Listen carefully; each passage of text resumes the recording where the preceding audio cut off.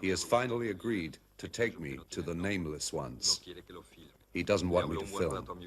He has spoken at length to my car, telling it that we are to go on a long journey, but that it will not be going all the way with us, and it must forgive us. The 4th of December. We have been gone for 2 days. Miguel has asked me to drive.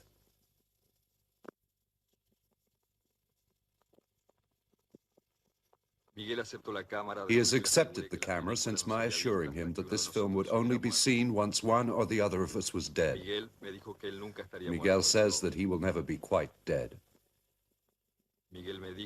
Miguel has told me that his father lives on the edge of the other world. He would not tell me any more. 5th of December. We arrive at the house of Miguel's father. He tells me that his father was born soon after the beginning of the world and he is tired. He is never surprised by Miguel's visits because he dreams them 2 or 3 days before. Twilight, walking in the desert. The old man says, "A long time ago, here, there was a village, and then the Great War came. It wiped out all the roads, and the people got lost, and the desert swallowed the empty houses. The desert is always the strongest one." Miguel's father has told me that I am too delicate for the spirits of the desert, and I had better sleep in the car. I did just that. 6th of December. For more than an hour, Miguel's father has been consulting the desert. Around 10 a.m., the father has come over to talk to his son. He talks in a dialect that only Miguel can translate. If, on the 2nd day, we meet a lizard crossing the road from left to right, we have to follow that direction. If on the 3rd day, a bird circles us twice overhead, we must immediately sit down and defend ourselves. It means they are not yet ready. If, on the 4th night, an icy wind wakes you, it means they want to test you and have asked Death to fan you with his veil.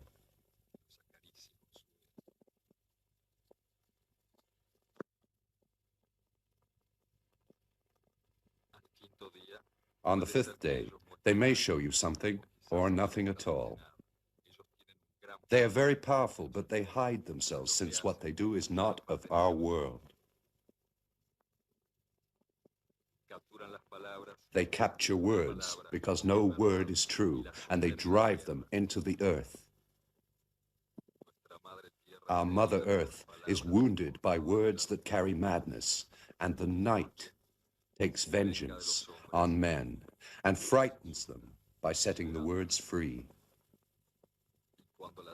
And when the earth speaks to herself, I am terrified, and I hide away in my cabin.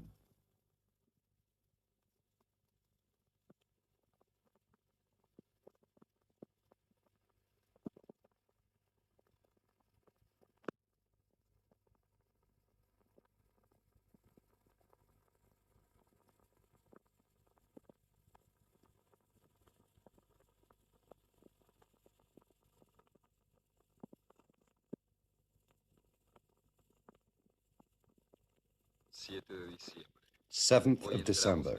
Today we are entering the country where it rains stones. We must not speak all day.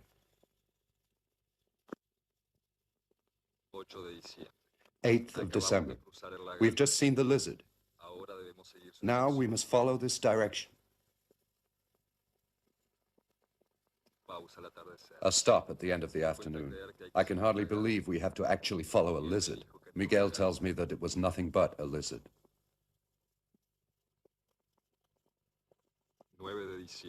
9th of December. Mid-morning, a bird overhead. Miguel is scared of me filming it. He thinks it is dangerous. We stayed in the position Miguel's father had shown us for more than 3 hours. Later, we headed west.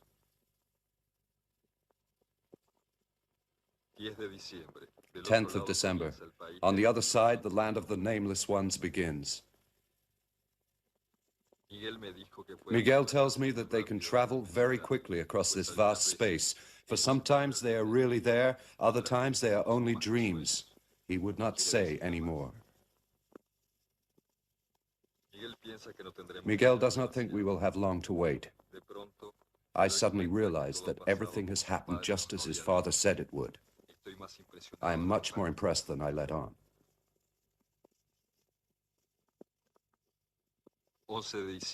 11th of December. Early this morning, a figure appeared on the rocks. In front of my eyes, it headed for the rock face, only to reappear at the same instant 500 yards away. Miguel whispered to me that it moved with the dream. I didn't believe what I was filming. This evening, Miguel asked me to film myself with him. I have a premonition, but refuse to admit it.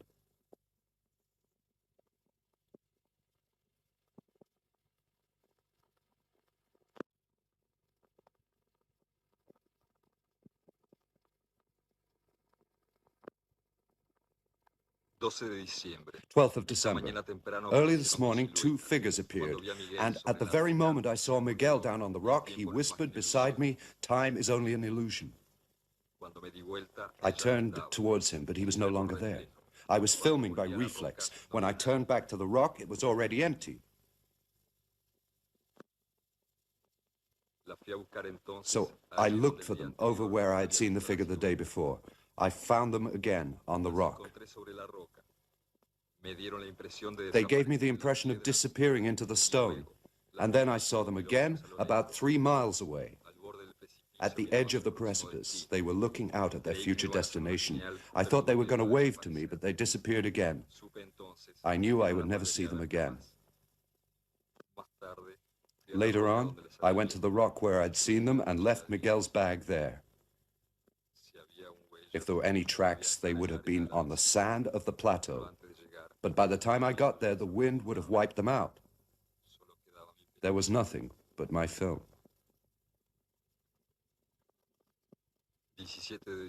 17th of December.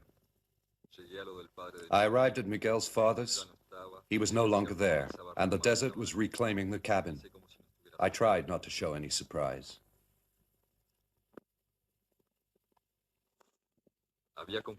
I had found out that not all beings have the same allotment of time, and that those who can expand it become ghosts. Later on, I filmed myself cleaning the car.